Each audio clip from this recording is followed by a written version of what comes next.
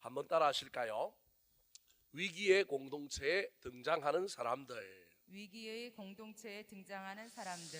가족이나 교회나 여러 공동체 안에는 참 다양한 사람들이 모여 살고 있습니다.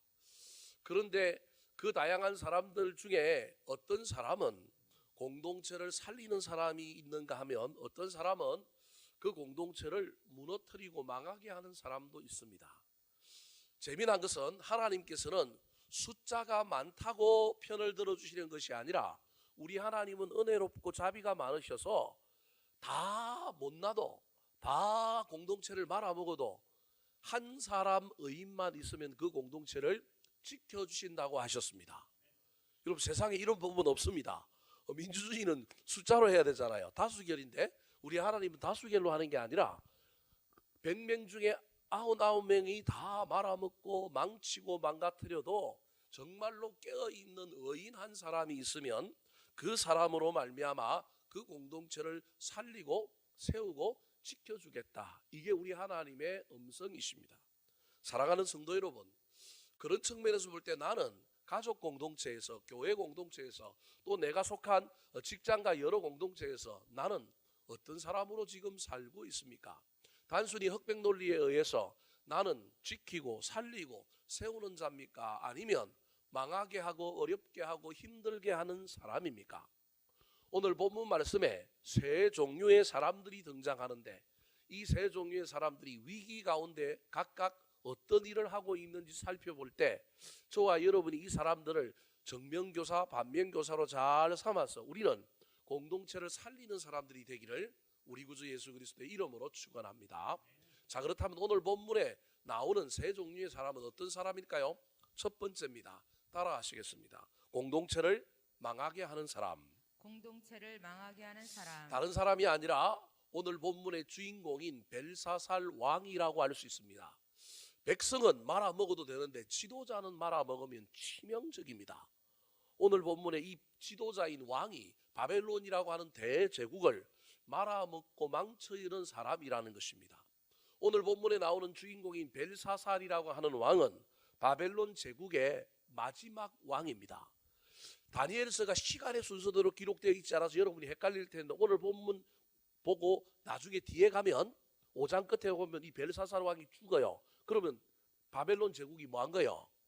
망한 거예요. 그럼 이게 끝나야 되는데 끝나지 않고 시간의 순서대로 기록되어 있지 않기 때문에 그렇다는 걸 이해하시면 될 것 같아요. 일단 시간의 세월이 많이 흘러갔고 이 다니엘이 어린 소년 시절에 잡혀왔던 이 바벨론에서 소위 말하는 높이 올라가고 공직에도 올라가고 이제는 은퇴할 때쯤 되어서 바벨론이라고 하는 나라가 마지막 왕에 이르렀단 말이에요. 그 왕이 누구냐면 벨사살 왕인데 이 왕 때 이르기까지 즉 느부갓네살이라고 하는 우리가 잘 알고 있는 세계 최강대국 바벨론을 만들었던 그 왕 이후에 어떤 왕들이 있는지를 한번 살펴볼까요?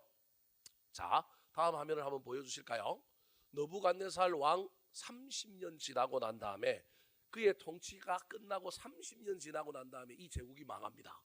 그러니까 그 앞에도 왕이 있었으니까 바벨론이라고 하는 제국은 거의 100년 어간, 조금 많으면 110년, 20년, 적으면 8, 90년 어간 만에 반짝 일어났다가 망한 나라입니다. 세계 최강대국이었던 나라, 그 나라를 가장 번성하게 했던 왕이 느부갓네살 왕인데 이 왕 이후에 에월모로닥이라고 하는 느부갓네살의 아들이 2년을 통치합니다. 이때 포로로 잡혀갔던 여호야긴 3개월밖에 왕노릇 못했던 이 왕이 이 아들하고는 사이가 좋아갖고 아들이 이 여호야긴을 감옥에서 풀어줄 뿐만 아니라 자기랑 같이 밥상에서 밥을 먹고 살게 만들고 소위 말하는 바벨론의 포로로 잡혀온 사람들의 황제 노릇을 해주는 사람이 누구냐면 여호야긴이라고 하는 왕을 황제 노릇하게 해준 사람이 에월모로닥이라고 하는 사람입니다. 저 사람이 느부갓네살 왕의 아들입니다. 그 아들이 2년 통치하고 난 다음에 그 다음에 왕이 누구냐면 네르갈살레셀이라고 하는 사람인데 이 사람은 느부갓네살 사위예요. 사위가 권력에는 가족도 없잖아요. 사위가 반역을 일으켜가지고 자기 소위 말하는 뭐 오늘날로 치면 족보가 어떻게 되는지는 모르겠지만 매제가 될지 처형이 될지 알 수는 없지만 여하튼 에올모로닥이라고 하는 느부갓네살의 아들을 폐위를 시켜버린 거예요.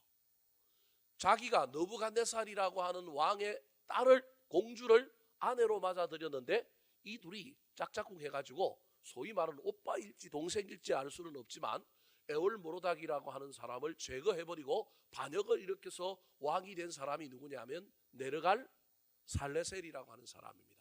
근데 이 사람이 반역을 했기 때문인지는 모르겠지만 아들을 낳았는데 아들이 소위 말하는 조금 부족한 아들이 태어났습니다. 그 아들 이름이 라바시 마로둑이라고 하는 아들인데 4년 통치하고 난 다음에 죽고 난 다음에 이 왕위를 누구한테 물려줬느냐 하면 이 라바시 마로둑이라고 하는 조금 인지 기능도 부족하고 뭔가 모자라는 아들을 뭘로 시키느냐, 왕으로 시켜놓은 거예요. 그랬더니 또다시 누가 일어나느냐 하면 또다시 반역이 일어납니다. 그러니까 느부갓네살 왕 이후에 전부 반역이 일어나요. 그리고 소위 말하는 조금 족보가 꼬여가지고 뭐 정통계열로 내려오는 게 아니라 외가가 들어오고 다른 사람이 들어오고 이러면서 저때부터를 신바벨론 제국 그렇게 이야기해요. 원래 바벨론이라고 하는 나라가 한 나라인데 중간에 왕조가 어느 정도 좀 끊어지고 좀 혼잡되었다 그래서 그 뒤에 있는 왕조를 뭐라고 부르느냐 하면 신바벨론이야, 신바벨론 제국 그렇게 얘기한단 말이에요. 이 라바시 바루둑이라고 하는 이 아들이 네르갈 살레셀이라고 하는 이 외가 쪽에서 소위 말하는 반역을 일으켜서 왕권을 잡았는데 4년 통치하고 1년 아들을 시켰는데 그 아들 뒤에 소위 말하는 섭정 비슷하게 후견인으로 삼았던 사람이 누구냐 하면 나보니두스라고 하는 사람입니다. 이 사람이 누구냐 하면 이 사람도 느부갓네살 왕의 사이예요. 그러니까 여러분 보십시오. 라바시 마루둑이라는 사람은 나보니두스의 조카예요. 이종 조카 이해되십니까? 이종 조카란 말이에요. 그러니까 느부갓네살 왕이 딸들을 많이 뒀는데 딸 하나가 네르갈 살레셀에게 시집을 가고 반역을 일으켜가지고 그 다음에 왕자가 되고 난 다음에 자기 아들을 왕으로 세운 거예요. 그래놓고는 또 니보니두스라고 하는 또 다른 자기의 친척이죠. 이종 이모부에 해당되는 사람, 이모부에 해당되는 사람에게 너 우리 아들이 좀 모자라니까 네가 뒤에서 섭정 노릇을 하면서 네가 좀 이 왕국을 잘 이끌어가 주면 좋겠다 그러고 저 네르갈 살레셀이 죽은 거예요. 그런데 이 나보니두스가 뒤에서 자기가 섭정 노릇 하다가 뭐가 난 거예요? 욕심이 났어요. 그래서 자기 조카인 저 라바시 마루둑이라고 하는 저 아들을 때려 죽입니다. 그리고 얼마나 저 족보가 꼬인 거예요. 때려 죽이고 난 다음에 이 나보니두스라고 하는 사람이 이제 황제가 된 거예요. 이 사람은 욕심도 많고 정복력이 아주 많은데 17년 동안 나라를 다스렸는데 바벨론이라고 하는 나라의 그 수도가 바벨로니아라고 하는 도시인데 이 도시에서 소위 말하는 왕국이 있는데 여기에서 얼마를 안 지내요. 7년만 그곳에서 통치를 하고 나머지 10년은 자기 아들인 벨사살에게 왕위를 물려주고 은퇴한 게 아니라 자기는 제2의 수도를 만들어요. 그러니까 지금의 터키, 이란, 이라크 뭐 이런 지역에 해당되는 그 지역을 통치하는 건 누구한테 맡기느냐 하면 아들한테 맡기는 거예요. 자기가 딱 7년 통치하고 난 다음에 아들한테 이 나라를 맡기고 자기는 어디로 가느냐 하면 애굽이 무너졌다가 애굽이 자꾸 다시 살아날라 그러니까 그 애굽을 견제할 뿐만 아니라 지금의 사우디아라비아 뭐 요즘 뭐 뜨고 있는 뭐 두바이 뭐 이런 나라들이 있는 그 사우디아라비아 반도 남쪽을 점령을 아직 못했는데 그것을 점령하기 위하여 제2의 수도를 대만이라고 하는 곳에 건설하고 난 다음에 거기서 내치 국내적인 모든 일은 누구한테 맡겼느냐 하면 벨사살에게 맡기고 자기 아들에게 맡기고 이 나보니두스라고 하는 사람은 정복 전쟁에 올인하여 군사들을 이끌고 애굽과 아프리카와 사우디아라비아 쪽에 있는 그 아라비아 반도를 정복하는 정복자로 나선 거예요. 그러니까 실제적으로 왕은 나보니두스인데 실제적으로 왕을 다스리는 내치의 왕은 그의 아들이 누가 하는 거예요? 벨사살이 하는 거예요. 그래서 오늘 본문에 읽어보면 셋째 통치자로 삼겠다 이런 말들이 계속 나와요. 그 셋째 통치자라는 말을 여러분 읽으면서 왜 셋째 통치자냐? 벨사살이 왕이면 꿈을 해석해 주는 사람에게 뭐가 되게 해줘야 돼요? 이인자가 두 번째가 되게 해줘야 되잖아요. 근데 성경에 보면 몇째 통치자가 되게 해주겠다고 자꾸 이야기해요. 셋째 통치자가 되게 해주겠다는 거예요. 그 말은 자기가 몇째라는 거예요. 둘째, 그리고 자기 아버지가 몇째라는 거예요. 첫째. 그래서 자기 아버지는 정복의 왕으로서 저 애굽 쪽 아라비아 반도에 나가 있고, 자기는 바벨론의 온 나라를, 국내 나라를 다스리는 그러한 왕으로 지금 있는 거예요. 이제 이해되셨죠? 지금 이 벨사살이라고 하는 왕이 바벨론 제국의 마지막 왕인 거예요. 근데 이 왕이 때가 지금은 위기의 때인데, 여러분 마지막 때면 바벨론이 망하잖아요. 어느 나라한테 망하느냐 하면 메데라고 하는 나라와 그 다음에 바사라고 하는 나라의 연합군에 의하여 뭐 하게 되느냐 하면 망하게 되는 거예요. 그럼 망할 때가 됐는데, 망할 때가 되면 정신을 차려야 되는데, 망할 때의 특징은 뭐냐면 나라가 혼탁해요. 망할 때의 특징은 위기가 오면 나라가 막 시끄럽고 방탕하고 문제가 생겨요. 오늘 본문에도 이 벨사살 왕이 초기에 왕 노릇하고 있을 때가 아니라 소위 말하는 자기 아버지가 17년 통치할 때 17년에 해당되는 때, 벨사살로 치면 10년에 해당되는 때가 오늘 본문의 배경이다라고 하는 걸 여러분이 이해하셔야 돼요. 그래서 오늘 본문의 이 꿈의 해석, 손가락이 나와서 벽에 글을 쓴 건데, 이 벽에 글을 쓴 걸 다니엘이 해석해주고 난 다음에 그날 밤에 누가 죽어요? 벨사살이 죽어요. 그리고 바벨론 제국이 뭐 하게 되는 거예요? 망하고 끝이 나는 이야기라는 거예요. 그러니까 위기 중에 위기인데 이 위기를 벨사살은 모르는 거예요. 이 위기 가운데 벨사살이 하고 있는 행동이 무엇일까요? 1절 말씀 같이 한번 읽어보겠습니다. 시작.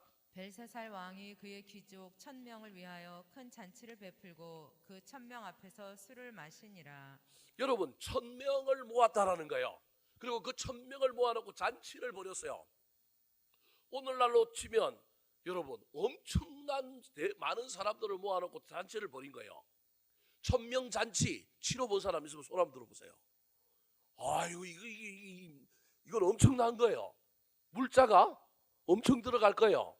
1000명이 파티를 벌였다 그러면 제가 보기엔 그 1000명을 돕는 사람도 최소한 몇 명이 있어야 될까요? 1000명이 있어야 됩니다. 제가 보기엔 음식 만들고 시중 들고, 우리로 치면 뭐 칵테일 잔 갖다 나르고 음식 막 교체하고 안내하고, 그럼 2000명이 모이는 홀이 있다라는 거예요. 예를 들 같으면 이 바벨론이라고 하는 나라가 얼마나 부패하고 타락했는지를 보여주는 거예요. 그 큰 공간에 사람들이 모여서 잔치를 벌이는 거예요. 잔치를 벌일 만한 이유가 있어서 벌인다면 문제가 안 됩니다. 근데 오늘 본문의 이야기는 잔치를 벌일 만한 이야기가 아니에요. 여러분 오늘 본문 마지막 32절이 뭘로 끝날까요? 여러분 화면에 안 나옵니다. 한번 읽어볼까요? 자, 5장 32절 30절 31절 같이 한번 읽어볼까요? 시작. 그날 밤에 갈대아 왕 벨사살이 죽임을 당하였고 메대 사람 다리오가 나라를 얻었는데 그때 다리오는 62세였더라. 여러분 이 말은 다리오가 갑자기 쳐들어와 가지고 잔치하고 있는 바벨론 사람들을 다 물리쳤다, 이건 말이 안 되는 거예요. 이 장면에서 그날 밤에 다리오가 쳐들어왔다는 건 다리오가 이미 쳐들어와서 바벨론 성을 뭐 하고 있다라는 거예요? 포위하고 있다라고 하는 전제가 이 안에 있는 거예요. 성경은 그걸 설명 안 하고 있기 때문에 우리는 그냥 잔치 벌어졌네, 재밌겠네 이렇게 이해할 수 있지만, 오늘 5장의 전체 세팅은 뭐냐 하면 남유다 왕국이 바벨론에게 멸망할 때 바벨론이 남유다 왕국을 에워싸고 몇 년 있었어요? 2년. 햇수는 겨울수는 1년 8개월 1년 6개월 18개월. 똑같은 일을 누가 당하는 거예요? 바벨론이 지금 당하는 거예요. 사실은 바벨론이라고 하는 이 성을 지금 메대와 바사의 연합군이 쳐들어온 거예요. 특별히 바사라고 하는 나라가 훨씬 더 큰 나라라서 메대라고 하는 나라를 소위 말하는 공성작전의 최전위 부대로 보낸 거예요. 그리고 바사왕 고레스는 뒤에 있어요. 그래서 나중에 여러분 다니엘이라고 하는 사람이 세계 왕조의 고관으로 지낸 이유가 여기 있는 거예요. 바벨론, 그 다음에 메대, 그 다음에 바사. 그러니까 메대가 얼마 정도 뭘 통치하는 거예요? 바벨론을 통치하는 거예요. 그 나중에 누가 오는 거예요? 고레스가 와가지고 바벨론을 통치하고 점령하고 난 다음에 메대의 다리오 왕과 바사의 고레스 왕이 합력하여 나중에 어디를 치느냐 하면 아까 이야기했잖아요. 이 벨사살 왕 아버지가 지금 어디 가 있어요? 애굽 쪽에 가 있잖아요. 제2 수도를 만들었잖아요. 그러니까 제2 수도를 뭐 하는 거예요? 공격하는 거예요. 근데 오늘날하고 전쟁이 달라서 곧바로 갈 수 있는 게 아니에요. 전쟁 끝나고 난 다음에 여기서 추설이고 준비하고 그러다가 몇 년 다스리다가 그 길을 간 거예요. 이해되셨죠? 그래서 다니엘이라고 하는 이 유명한 선지자가 세 개의 왕조를 거쳤다고 할 때 첫 번째 거친 왕조가 어디냐 하면 바벨론, 두 번째가 어디라고요? 메대, 세 번째가 어디라고요? 바사. 이해되셨죠? 그러니까 지금 현재의 세팅이 뭐냐 하면 바로 이 메대라고 하는 바사의 연합군 중에 최천 부대가 앞선 있는 부대가 지금 와가지고 어디를 에워싸고 있느냐 하면 바벨론 성을 에워싸고 있는 거예요. 그것도 금방 에워싼 게 아니라 1, 2년 정도. 남유다 왕국이 바벨론에 멸망할 때 같은 똑같은 방법으로 하나님이 갚아주셔서 지금 메대의 군대가 바벨론 성을 전부 뭐하고 있느냐 하면 포위하고 있었던 거예요. 이때 이 벨사살이라고 하는 왕이 이런 전쟁의 상황 속에 뜻밖의 일을 벌였는데 뭘 벌였다고요? 잔치를 벌였다라는 거예요. 여러분 여기에는 어떤 의미가 들어있을까요? 허세 또는 자신만만. 허세 아니면 자신만만인 거예요. 저기 쳐들어와서 우리나라를 다 공격하고 이제 수도만 못 뺏었는데 지금 이 벨사살이라고 하는 왕이 멀리 있는 자기 아버지한테 아버지 좀 도와주세요 이래야 되는데 그것도 안 하고 자기 휘하에 있는 모든 사람들 1000명을 뭐 하는 거예요? 불러 모아가지고 뭐 하고 있는 거예요? 잔치를 벌이고 있는 거예요. 이게 대단한 교만입니다. 허세 아니면 자신만만한 교만입니다. 어떻게 해석해야 될까요? 저는 둘 다 있다고 생각합니다. 허세도 있고 교만도 있는 거예요. 그러면 왜 이 벨사살 왕이 이 메대와 바사의 연합군이 쳐들어왔는데도 2년 가까이 이 성을 포위하고 있는데도 잔치를 벌일 수 있는 근거는 뭘까요? 소도 비빌 언덕이 있어야 되는데 믿을 구석이 있었던 것입니다. 왜냐하면 바벨론이라고 하는 성이 난공불락의 성이었기 때문에 그렇습니다. 첫 번째로는 유프라테스라고 하는 강이 흐르는 천연의 요새로서 강이 휘돌아서 삥 이 성 한 바퀴를 돌고 갑니다. 그러니까 군대가 쳐들어오려면 뭘 건너야 돼요? 강을 건너야 되는데 물론 부분마다 좀 다르지만 대체로 강의 깊이가 얼마인가요? 9m. 수심이 얼마라고요? 9m. 그러니까 성에 보면 해자라고 있잖아요. 군대가 못 쳐들어오도록 호수를 만들어 놨잖아요. 근데 그 호수의 수심이 얼마라고요? 9m 적어놨잖아요, 여러분. 9m의 수심을 가지고 있는 강이 이 성을 뭐하고 있는 거예요? 보호해주고 있는 거예요. 거기에다가 이 성의 특징이 있는데 성벽이 이중성벽이에요. 외벽이 있고 내벽이 있는데 외벽과 내벽 사이가 거리가 얼마냐면 800m인 거예요. 왜 이렇게 해놨을까요? 3번에 나오는 것처럼 예전에 자신들이 아수르 성을 공격할 때 무슨 작전을 썼어요? 유프라테스와 티그리스 강을 끌어와가지고 해자에 물이 넘치게 만든 거란 말이에요. 그래서 그걸 이기려고 중간에 물을 담을 수 있는 또 뭘 만들어 놓은 거예요? 공간을 만들어 놓는 거예요. 여러분 성 내벽과 외벽이 800m라고 하면 그 800m의 땅을 빙 둘러가면 그게 얼마냐면 78km예요. 그러니까 물이 안 차면 거기에는 뭘 하면 돼요? 농사를 지으면 되는 거예요. 그러니까 적이 아무리 쳐들어와서 우리를 다 이렇게 에워싸도 우리는 식량이 이미 뭐하고 있는 거예요? 20년치 곡물을 저장해 놓은 거예요. 거기에다가 만약에 물만 들어차지 않으면 수공을 해오지 않으면 외벽과 내벽 사이에 있는 공간 땅에다가 뭘 지으면 돼요? 농사를 지으면 되는 거예요. 이걸 누가 믿고 있느냐 하면 벨사살이 믿고 있는 거예요. 이걸 믿기 때문에 1000명 데리고 와서 잔치 벌여도 우리 양식도 남아있다. 저 2년 동안 우리를 더 싸고 있어도 우리는 저들은 우리를 못 이긴다. 게임이 안 된다. 이 교만을 드러내기 위하여 지금 1000명을 불러갖고 뭐 하고 있느냐 하면 잔치를 벌이고 그 화면 다시 보여주실까요? 그런데다가 재미난 것은 외벽과 내벽이 높이는 10m, 폭은 2.6m 마차가 2대 지나갈 정도인데 재미난 것은 내벽과 외벽 사이에 800m의 간격이 있을 뿐만 아니라 내벽 안에 있는 성은 지대를 다 뭐 해놨느냐 하면 높여놨어요.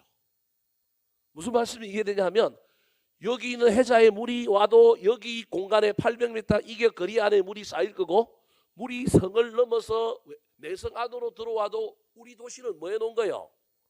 공중에 띄워놓은 거예요. 높이를 높여놓은 거예요. 그게 지구라트라고 하는 공중정원의 설계와 같은 그런 원리를 가지고 자기의 내부의 성을 높여놨기 때문에 수공 아니면 이 나라는 정복이 되지 않는데 수공 가지고도 너희들이 못 이긴다라고 하는 안전장치를 건축학적인 측면에서 바벨론의 고도의 건축 기술을 가지고 도시 전체를 높여놓은 거예요. 설사 외벽이 공략당하여 이 800m 이게 거리 안에 군대가 와서 진을 치더라도 자신들의 성이 높은 곳에 있기 때문에 들어오는 순간 그 안에 전부 다 들어온 사람들은 지덫에 걸린 군대와 같은 상황이 벌어지는 거예요. 그러니까 이걸 누가 믿고 있느냐 하면 벨사살이 믿고 있는 거예요. 그래서 우리 아버지 도움을 안 얻어도 뭐 저들이 쳐들어오든지 말든지 상관없다 그러는 거예요. 재미난 것 나중에 어디로 이 메대의 군인들이 쳐들어오느냐 하면 오물하고 하수도를 처리해야 되잖아요. 오물과 하수도를 처리하는 물이 나가는 뭐가 있어야 돼요? 구멍이 있어야 되잖아요. 도시를 뭐 해놨다고 얘기했어요? 높여놨잖아요. 그럼 높여놨으면 물은 아래로 흐를 거 아니에요. 그 메대의 군사들이 저 예루살렘에 히스기야 터널이 있는 것처럼 그건 밑에서는 물을 끌어오려고 했는 건데 여기는 물을 끌어오는 게 아니라 왔던 물을 받아다 쓰기 때문에 자신들의 그 분뇨와 물을 처리하는 배수구가 있는 거예요. 배출구가 있는 거예요. 그 배출구를 발견하고 그 배출구를 통하여 누가 들어온 거예요? 군대가 쳐들어온 거예요. 저 밤에 저렇게 잔치 벌이고 있다가 그날 밤에 제일 먼저 들어와갖고 막 대규모 군대가 들어온 게 아니라 소위 말하는 아주 그 특수군이 들어와가지고 그날 밤에 누굴 죽인 거예요? 벨사살을 먼저 죽인 거예요. 그 왕이 죽고 나니까 전부 오합지졸이 돼버린 거예요. 그래서 이 바벨론이라고 하는 나라가 무너지게 된 거예요. 따지고 보면 큰 전쟁 하나도 안 하고 이 대규모의 이 국가를 정복한 사람이 바로 메대의 다리오라고 하는 왕이에요. 이런 믿음이 있으니까 이 사람이 지금 하나님을 믿는 게 아니라 미래에 일어날 어떤 일들에 대한 염려와 걱정 이런 거 없이 교만하여 허세를 부리면서 그냥 잔치를 벌이는 거예요. 근데 재미난 건 잔치를 벌일 때 그냥 잔치만 벌였으면 되는데 그랬으면 어쩌면 심판받을 날이 조금 뒤로 갔을 수도 있는데 결정적으로 우리 하나님을 자극합니다. 이날 밤이 그의 마지막 날이 되도록 하나님께서 화를 낼 만한 일을 누가 하느냐 하면 이 벨사살 왕이 합니다. 2절 말씀 같이 한번 읽어볼까요? 2절 시작. 벨사살이 술을 마실 때에 명하여 그의 부친 느부갓네살이 예루살렘 성전에서 탈취하여 온 금, 은 그릇을 가져오라고 명하였으니 이는 왕과 귀족들과 왕후들과 후궁들이 다 그것으로 마시려 함이었더라. 그릇이 모자라서 가져오라고 그랬을까요? 아니면 왜 가져오라고 그랬을까요?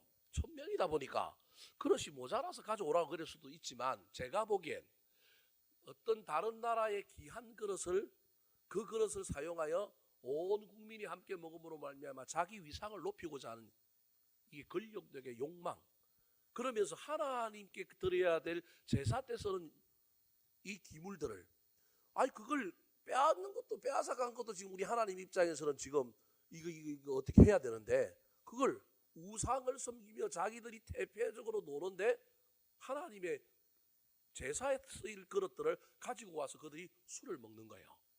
더더구나 여러분 저 2절에 나오는 왕과 귀족들과 왕후들과 후궁들이라고 하는 이야기를 잘 기억하셔야 됩니다. 이게 태폐의 끝판왕적인 표현입니다. 왜냐하면 고대에 소위 말하는 연애 잔치는 죄송합니다. 표현이 좀 이래도 기생은 부를지 몰라도 여자들은 그 파티에 참가를 안 시키는 것이 고대의 불분열입니다.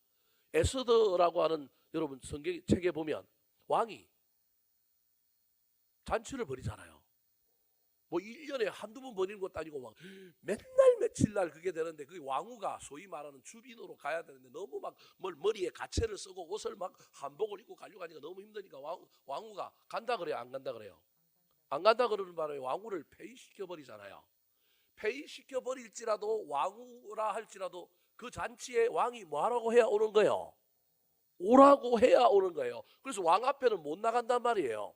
그러니까 고대의 잔치라고 하는 것은 남성 중심들의 잔치요, 거기에 소위 말하는 기생들을 부르는 정도의 잔치인데 저기에 누굴 불렀다는 거예요? 왕과 귀족들과 왕후들과 뭘 불렀다고요? 후궁들을 불렀다라고 하는 이 이야기 속에는 자기의 위상을 드러내고자 하는 열망 플러스 저기에 소위 말하는 나라가 망하려고 하면 윤리적으로 도덕적으로 나라가 타락하게 되어 있는데 그 타락의 끝판왕을 보여주는 세팅이라고 보시면 됩니다. 아, 저게 망할 수밖에 없구나. 저 술자리에 부르지 말아야 될 사람들도 불렀구나. 그리고 심지어 그 하나님께 예배드리는 그 그릇들을 가지고 저 사람들을 보고 마시라고 할 정도로 하니 우리 하나님이 지금 마음이 상해버린 거예요. 그래서 좀 이따가 무너뜨려도 되는데 오늘 밤을 안 넘기시는 거예요. 저기에 저와 여러분이 좀 살펴봐야 될 것 중에 하나가 벨사살이 자기 아버지가 아까 있다 그랬잖아요. 근데 자기 아버지가 있음에도 불구하고 자기 아버지를 아버지라 안 부르고 누굴 아버지라 불러요? 자기 아버지 나보니두스가 있는데도 불구하고 느부갓네살을 뭐라고 불러요? 부친이라고 불러요. 왜 저렇게 부를까요? 원래 족보로 치면 느부갓네살은 자기에게 뭐가 되는 거예요? 왜? 할아버지. 무슨 말씀이 이해되시죠? 왜 할아버지인 거예요? 느부갓네살의 딸이 자기 어머니니까 왜 할아버지잖아요. 여러분 고대의 어떤 나라에 자기 나라의 위대한 왕을 후대의 왕은 뭘로 부르는 경향이 있느냐 하면 부친으로 부르는 경향이 있어요. 여러분 그 좋은 예가 야곱이 이스라엘 12지파에게 축복을 할 때 누구한테 해요? 아들 요셉에게 안 하고 누구한테 해요? 손자에게 하잖아요. 그러니까 손자가 무슨 반열이 된 거예요? 아들 반열이 된 거예요. 그러니까 저 벨사살이 교만하여 자기 자신을 자기 아버지가 있음에도 불구하고 자기 아버지보다 더 위대한 왕이 누군가요? 느부갓네살 왕. 난 느부갓네살 왕의 손자지만 나는 손자의 반열이 아니라 무슨 반열이라고 지금 교만하게 이야기하고 있는 거예요? 아들의 반열이다. 지금 허세를 부리고 있는 거예요. 나는 메대의 국가가 쳐들어와도 절대 쫄지 않아.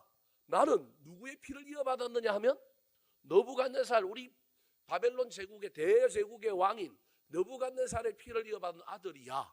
지금 그렇게 얘기하는 거예요. 아들이 아닌데도 불구하고 아들이라고 이야기할 정도로 저 교만이 완전히 만땅으로 차 있을 뿐만 아니라 하지 말아야 될 우리 하나님의 마음을 아프게 하고 힘들게 하는 일을 하고 있는 거예요.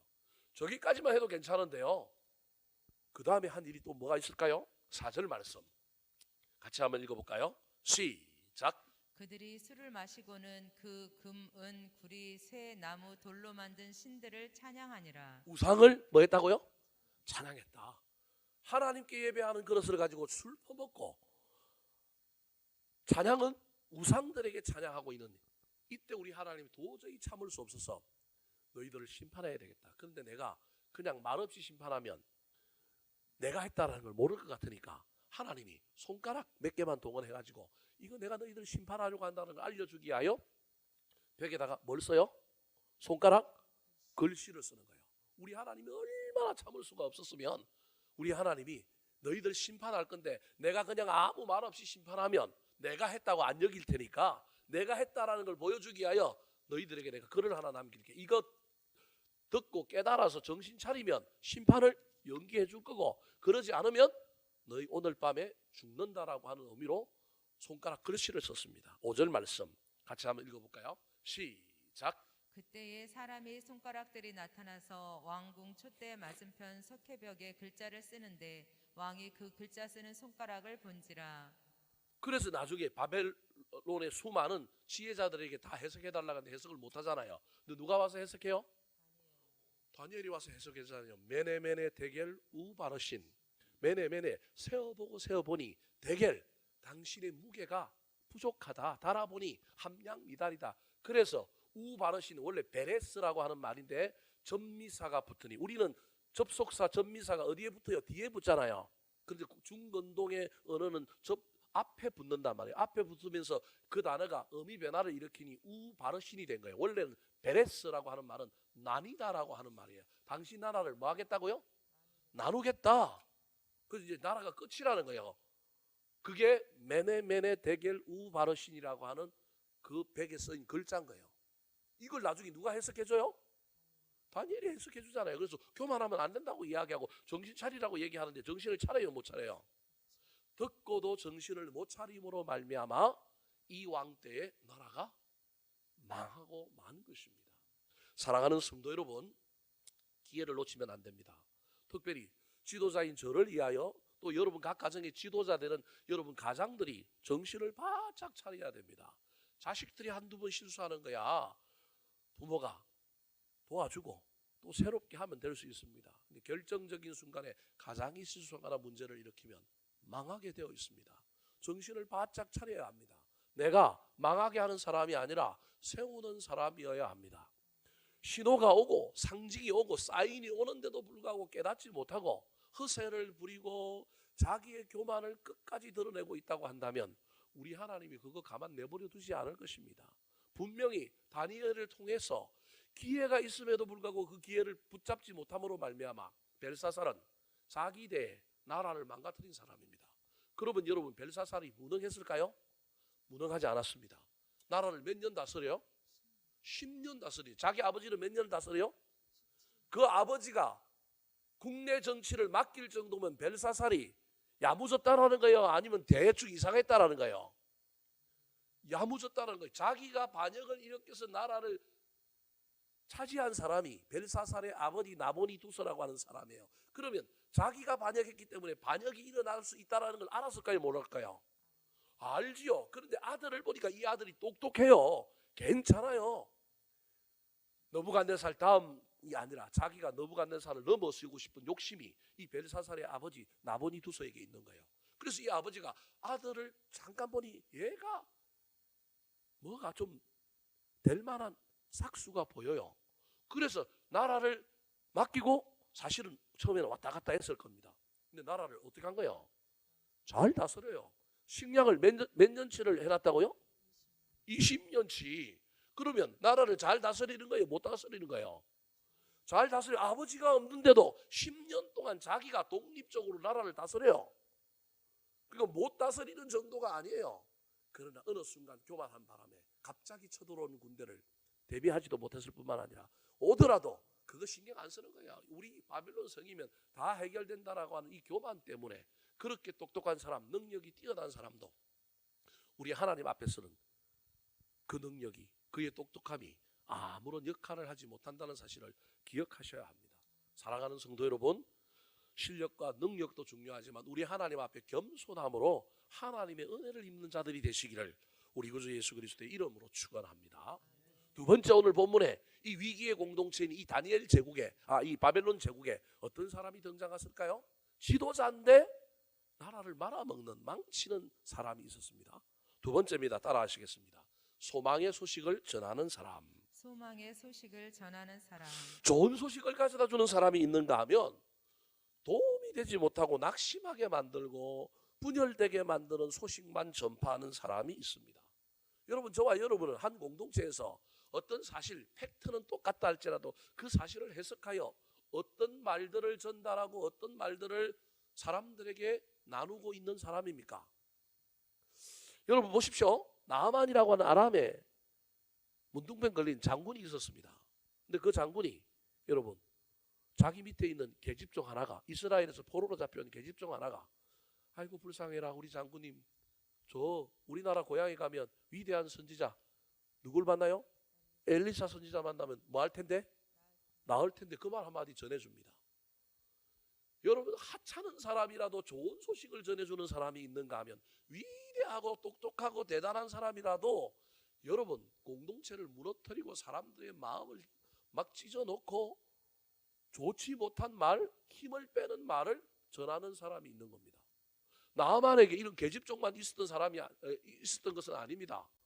엘리사 선지자가 코빼기도 안 보이고 자기 종 내보내가지고 게하시라고 하는 종을 내보내갖고 저 요단강에 가서 몇 번 씻으라고요? 자기들이 오면서 요단강 봤단 말이에요. 요단강은 동네 뭐예요? 개천이란 말이에요. 그것도 물도 없어요. 이게 건기가 되면 물이 없단 말이에요. 물 있는 쪽은 좀 있지만 대부분 이게 물이 없는 그런 건천이란 말이에요. 와보니까 물도 없는 그런 곳에 가서 목욕을 하라고? 우리 동네 가면, 우리나라에 가면 그 얼마나 좋은 강들이 얼마나 많은데 차라리 내가 거기 가서 있지. 그랬더니 또 신하 하나가 또 뭐라고 얘기해요. 이양 온 거 믿자야 본전이니까 뭐 해보고 갑시다. 한번 가서 씻어나 보고 갑시다. 여러분 우리 주변에 이런 사람들이 있어야 된다니까요. 막 성질을 붓고 이거 갔다 와갖고 군사들 입고 와서 이거 막 때려 죽이고 이럽시다. 이래버리면요 여러분 어떻게 되겠어요? 나만 이거 병이 나았겠어요? 그래서 우리 주변에 어떤 사람이 있느냐가 상황과 환경을 180도로 바꾼다니까요. 나만에게 이 계집종이 없었으면 나만에게 자기를 만류하고 자존심이 상해가지고 그냥 막 모든 걸 때려치우려고 하고 막 이를 부들부들하고 원수 같겠다고 하는 이 나만을 막았던 신하, 제가 본 그 신하가 그를 데리고 요단강에 갔을 거예요. 한 번 들어갔다 나오고 두 번 들어갔다 나오는데 뭐 변화가 있어요? 없어요. 제가 보기엔 성경에 기록하고 있지 않지만 서너 번 하다가 나만이 에이씨 가자 안 할란다 그랬을 수도 있어요. 그때 제가 보기엔 성경에 기록되어 있지 않지만 그 씻어보자고 한 사람이 또 나섰을 수도 있다니까요. 왕이요 3번 했으니까 7번 하라 그랬으니까 끝까지 뭐 해봅시다. 해봅시다. 여러분 제가 보기엔 이 사람은 분명히 그랬을 거라는 거예요. 만약에 그런 상황이 생겼으면 그랬을 거라는 거예요.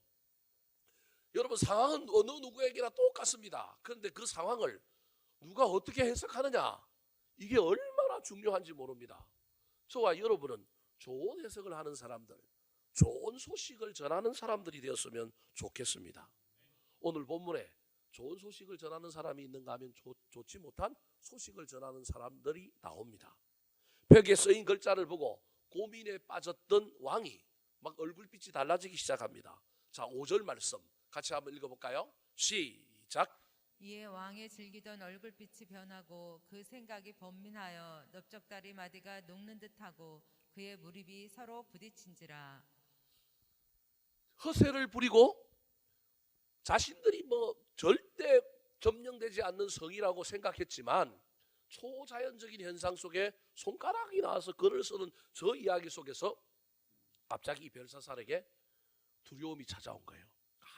저 분명히 뭔가에 대한 상징인데 지금 이 전쟁하고 있는 이 상황과 관련되어 있는 이야기인데 저 분명히 좋지 못할 것 같은데 그래서 얼굴빛이 뭐 했다고요? 그동안 지금 뭐 하고 있었어요? 천명 불러놓고 잔치하고 이세를 부리고 있잖아요. 얼굴빛이 변했고 그 다음에 고민하고 번민하고 있는 거예요. 더 나아가서 여러분 얼마나 두려움에 휩싸였으면 그의 무릎이 서로 뭐 한다고요? 이 말은 무슨 말이에요? 벌벌벌벌벌 떨었다는 얘기예요. 자기 무릎이 자기가 통제가 안 되는 거예요. 둘이 막 무릎이 벌벌벌 떨어갖고 서로 막 이렇게 닿고 있는 거예요. 극도의 공포. 뭔지는 알 수 없지만 뭔가가 일어날 것 같다. 차 내가 뭐 잊어버린 게 있다. 뭐 잘못된 것이 있다.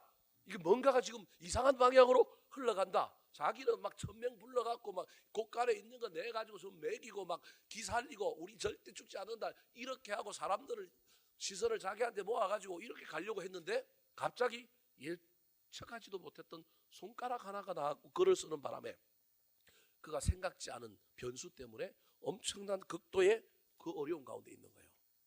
이때 여러분 보십시오. 이 벨사살 왕을 위로하는 사람이 있는가 하면 이 벨사살 왕을 더 힘들게 하는 사람이 있습니다. 더 힘들게 하는 사람 누굴까요? 지혜자들. 왕이 이 벨사살 왕이 셋째 자리 우리로 치면 국무총리 그 자리를 주겠다고 이 꿈을 해석하라고 했는데 신하들은 해석을 못 해냅니다. 좋은 소식을 못 합니다.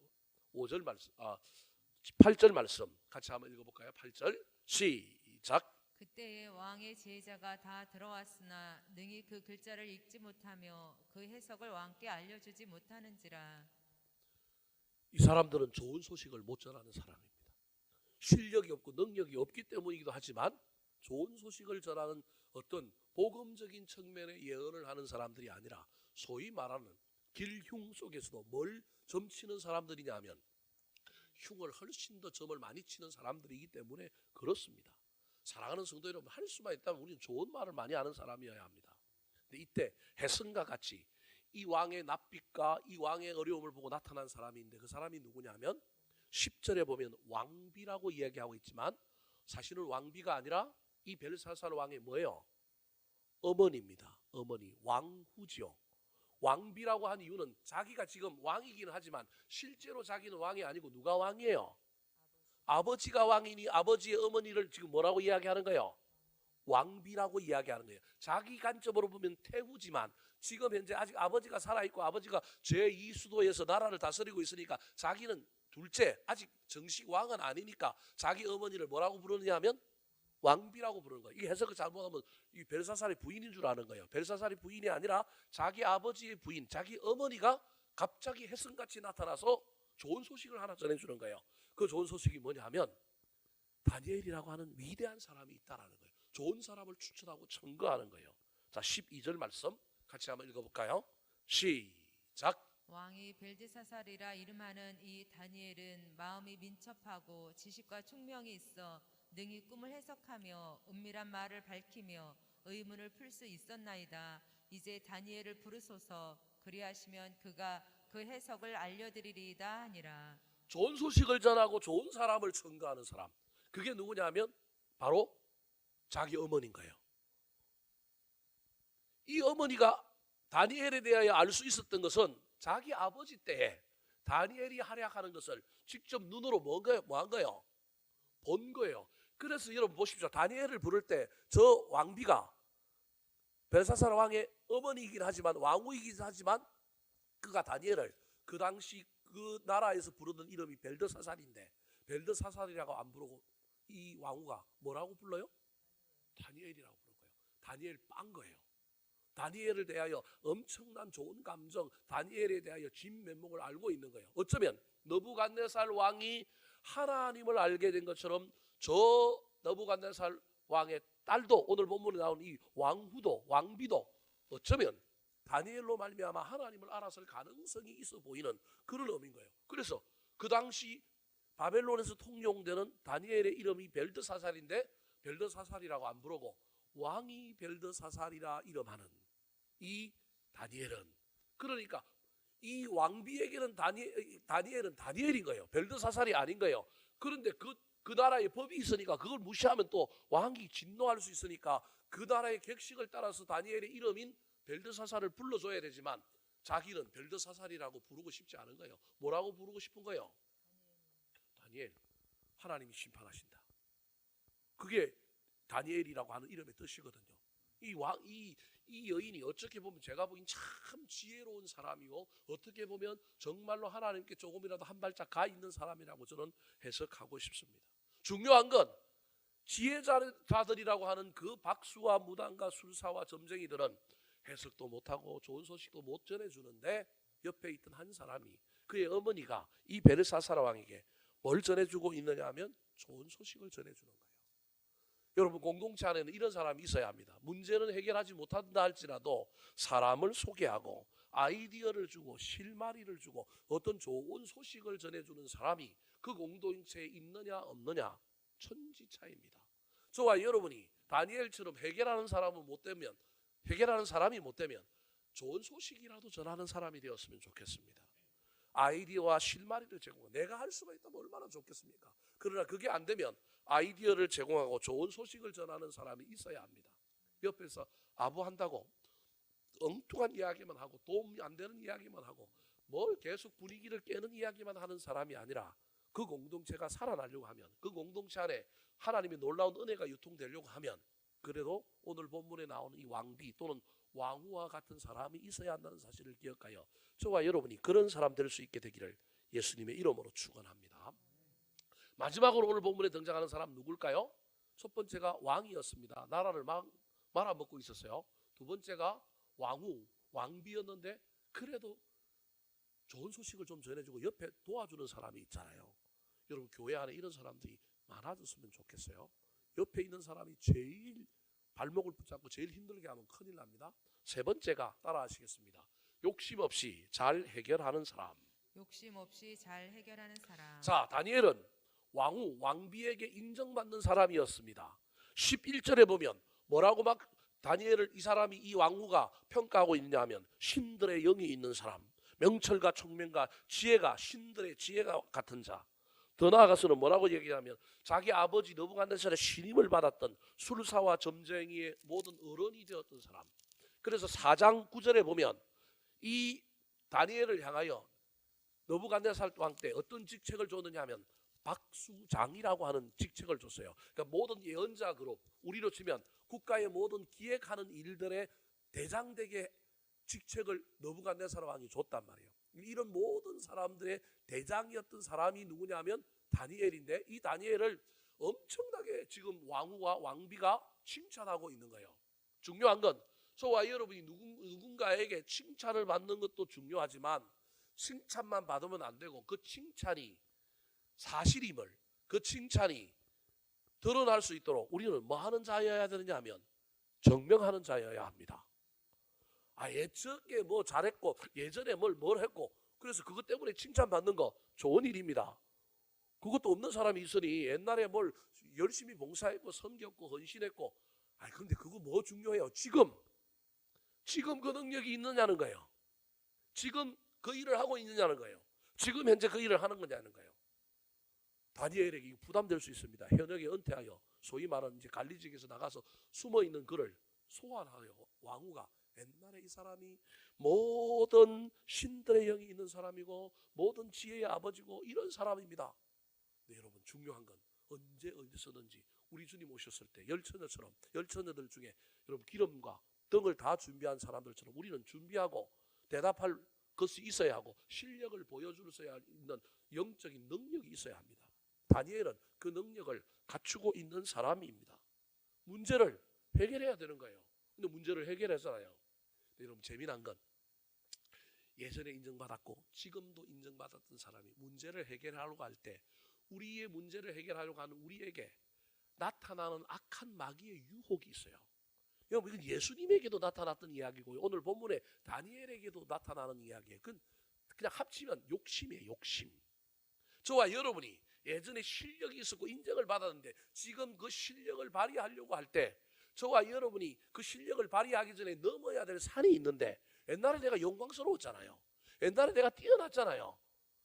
그러니까 여러분 그것 때문에 우리가 교만해질 뿐만 아니라 그것 때문에 어떤 욕심, 탐욕은 물질적인 뿐만 아니라 명예욕도 있고요. 여러 욕심이 있어요. 그 욕심을 넘어가야 되는 문제가 생기는 거예요. 오늘 본문에 벨사살 왕이 다니엘을 만나서 면담하면서 뭐라고 얘기할까요?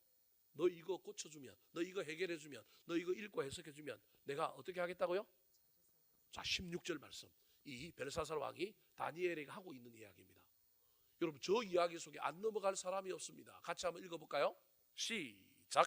내가 내게 대하여 들은즉 너는 해석을 잘하고 의문을 푼다 하도다. 그런즉 이제 내가 이 글을 읽고 그 해석을 내게 알려주면 내게 자주색 옷을 입히고 금사슬을 내 목에 걸어주어 너를 나라의 셋째 통치자로 삼으리라 하니. 여러분 잘한 일에 상금 받는 게 뭐가 나쁜 일이에요? 근데 지금 다니엘은 하나님의 관점으로 이 왕을 혼내고 이 왕에게 직언을 하고 이 왕을 바로 세워야 될 의무가 있는 거예요.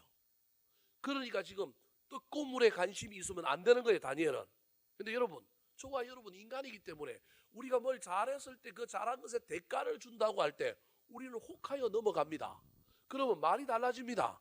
욕심이 개재되면 순수한 하나님의 말씀을 전하는 게 아니라 우리는 거기에 뭘 섞어요. 상대방을 자꾸 생각하게 돼 있어요. 그런데 여러분 잊혀진 다니엘이 다시금 명예를 얻고 인정받으려고 하는 어떤 정치의 자리로 소환되어서 나왔는데 자기가 이걸 잘 해내면 왕이 뭘 주겠다 그러냐면 자주색 옷을 입히고 금사슬을 목에 걸어주고 나라의 셋째 통치자로 삼겠다.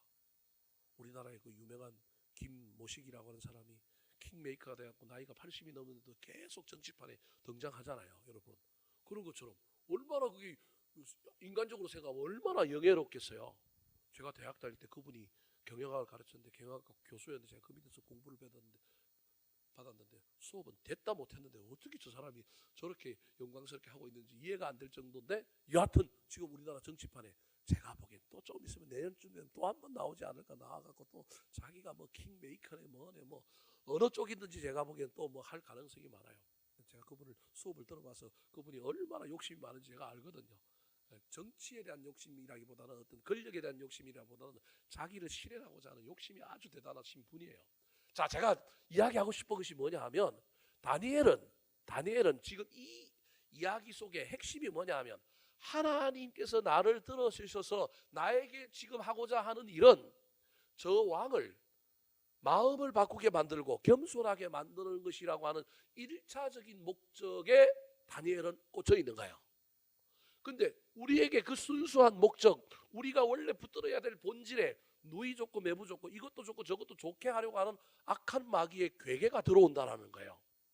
여러분, 어떤 일에 있어서는 그 두 가지를 다 선택한다는 것이 나쁘지 않을 수도 있어요.